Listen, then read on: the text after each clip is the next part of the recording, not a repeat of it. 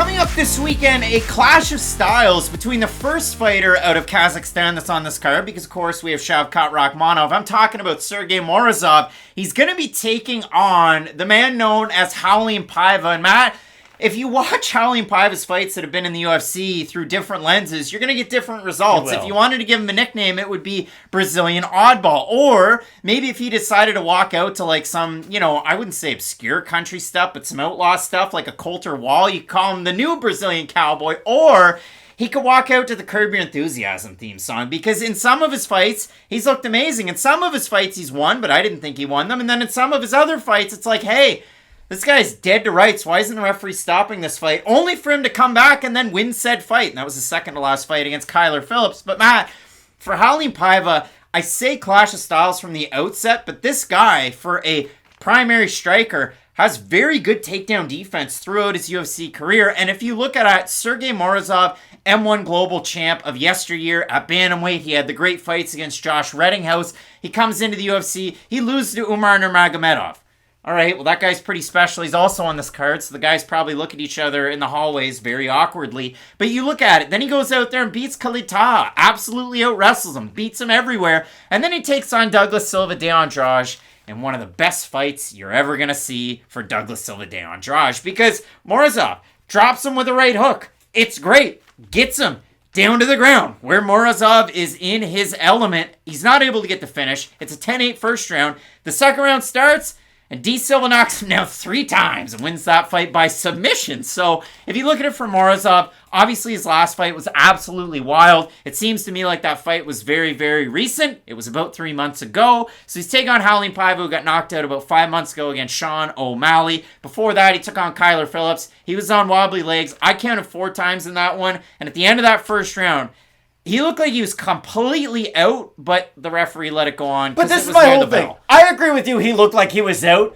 but he did win the next 2 rounds, so was he really out? Like, that's the thing that you always have to say. If you were knocked out, you're probably not going to be able to outfight a guy for the next 10 minutes. Raulian Paiva was still able to do that against a guy like Kyler Murray, Kyler Phillips, sorry, not Kyler Murray. Kyler Phillips, who, I know he's a little bit up and down with his style, but he's still looked at as one of the better fighters in this division. So for Raulian Paiva, I understand, I do kind of agree with you on that, but on the other hand, he was still good enough to go out there and not dominate, it wasn't a close fight, but still, he was still good enough to go out there and really look good for the next 10 minutes. So for Paiva, I almost look at that as a positive, because if he is going to go out there and fight Sergey Morozov like he fought Kyler Phillips, goodness, I did it again, or like how Morozov fought Douglas Silva de Andrade in his last fight, he's going to have to take a shot or 2, and he's going to face some adversity at some point. But this is the thing that's been in the back of my mind after I saw Sergey Morozov his last time out. That wasn't his only hard fight of his career. Like, he's been in a number of difficult fights.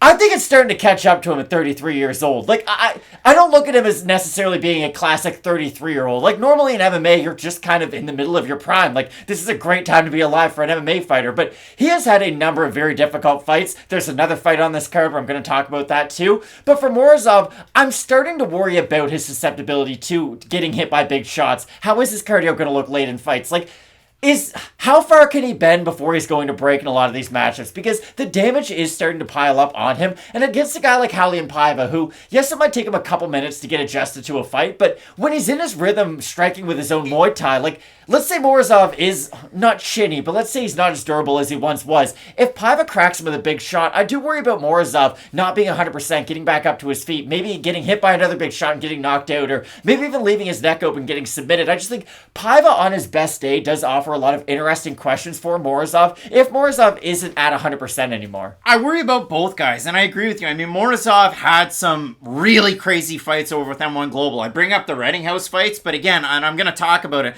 later on in this card, you have Rodolfo Vieira. Go watch his crazy grappling matches against Marcus Almeida. They went at it 8 different times. It's a lot of fun for Morozov. Not 8 times with Reddinghouse, but Reddinghouse, after the fact, was on The Ultimate Fighter. Not the season that's on right now, but the season before. That's how high, of competition Reddinghouse is, not to mention the fact that he is also from the continent of North America. So good for him. But I do look at this one as for Morozov, yes, he did get knocked down 3 times in his last fight. In the second round, he got choked out.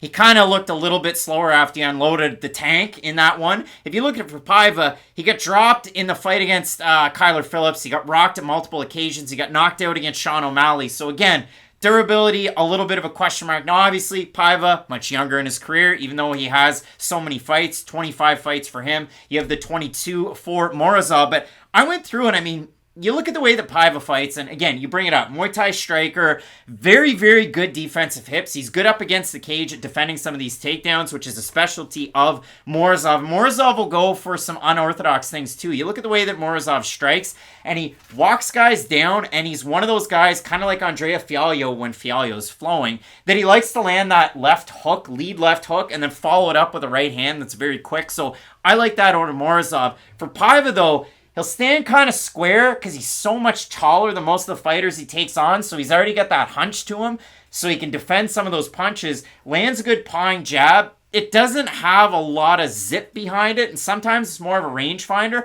When he finds that overhand right, that's his best weapon that I've seen from him. This is my only issue with Paiva, though, and I do agree with that, but in every situation we've brought up, he's in the defensive. It's him reacting to what Morozov's probably going to be doing to him and not the other way around. And that's why I do like Sergey in this fight. I know I've thrown up a lot of red flags for him, but just the physical strength, the advantage that he should have in this fight should really help him, because if he does get on the inside against the much taller and lankier Paiva, I do expect him to finish some of those takedown attempts, and I don't think he will have to expend the same level of energy that he found himself doing against Entourage in that fight. And if you look at it for Paiva, he's now training out of Team Alpha Male, done that for the last couple of camps, and he brought in Mohamed Makayev for this camp to get ready for Sergey Morozov, so a giant plus there.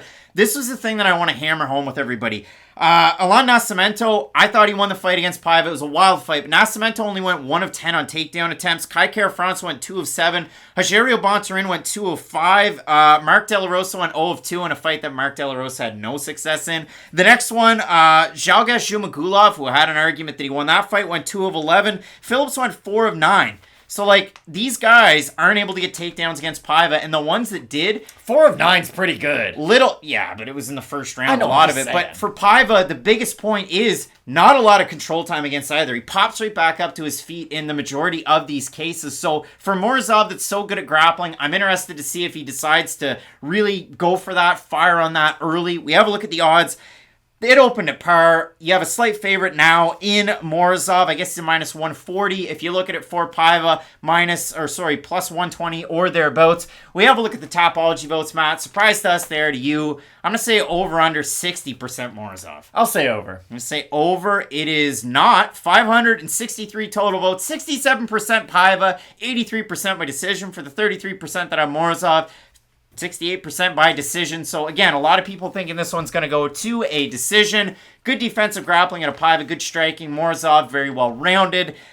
I have Morozov in this fight, but it is a really close one. And it's tricky because you don't love to take guys that have been knocked out so recently. Exactly, and I know that was a big point that we brought up when Demopoulos fought Chung Ho Kong not that long ago.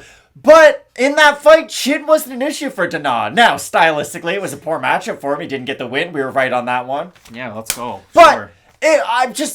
If you are worried about Morozov in this fight, especially after the damage that he took in his last one, in recent memory, it hasn't been as big of a deal for guys to come back after knockouts. Now, everybody's different, so don't put any stock into that. But I do think Morozov is going to be the more dominant fighter in this matchup. Could he get hit by a big shot early, get guillotined? Yes, he could. And honestly, this fight reminds me a little bit of when Renato Moicano fought Alexander Hernandez not that long ago, where Moicano's the rangier striker, he can get it done a little bit on the ground, and Morozov, being more like Hernandez, is really going to have to rely on his wrestling. So I'm going to pick Morozov, but this is a great fight. Big time fight. Both of us going with Kazakhstan, Sergey Morozov to get the win. And we have some big time fights, including fellow countryman to Morozov, Shavkat Rakhmonov, who's taking on Neil Magny. And in the main event, Arman Tsarukyan taking on Mateusz Gamrot. You're not going to want to miss it. Keep it locked in with Fight Night Picks. We always say, let's get into it.